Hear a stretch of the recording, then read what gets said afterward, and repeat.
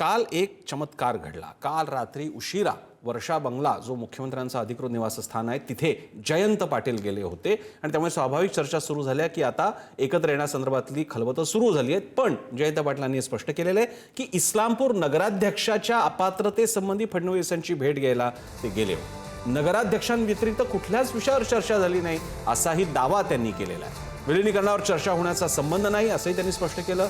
मी ज्या हॉलमध्ये बसलो होतो तिथं कुणीच नव्हतं। वर्षावर पटेल तटकरेंसोबत भेट झालेली नाही असंही जयंत पाटलांनी स्पष्ट केलं। आम्ही सर्व आमदार खासदार शरद पवारांसोबत आहोत आणि अशा चर्चा सुरू झाल्या की वाईट वाटतं असंही त्यांनी नमूद केलं।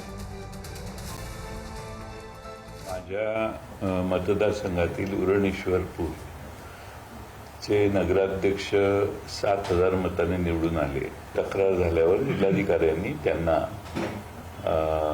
अपात्र ठरवलं। मुख्यमंत्र्यांना भेटावं लागलं। त्यांनाही सांगितलं। एक 5-10 मिनिटं आम्ही भेटलो आणि मी बाहेर आलो। कोणाची भेट झाली ते मी हॉलमध्ये तिथे एकटाच होतो।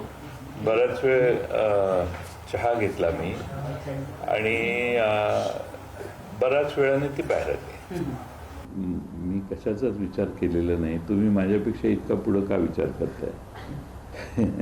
तुम्ही एक तर मुख्यमंत्र्यांचा खातेवाटपाचा अधिकार आहे, तोही तुम्ही फिरवून घ्यायला लागलेला, तो त्यांचा अधिकार आहे आणि माणूस गेला तर होईल ना। आम्ही सगळे राष्ट्रवादी शरद पवार साहेबांच्या मागं सगळे खासदार आमदार एकच संघ आहोत।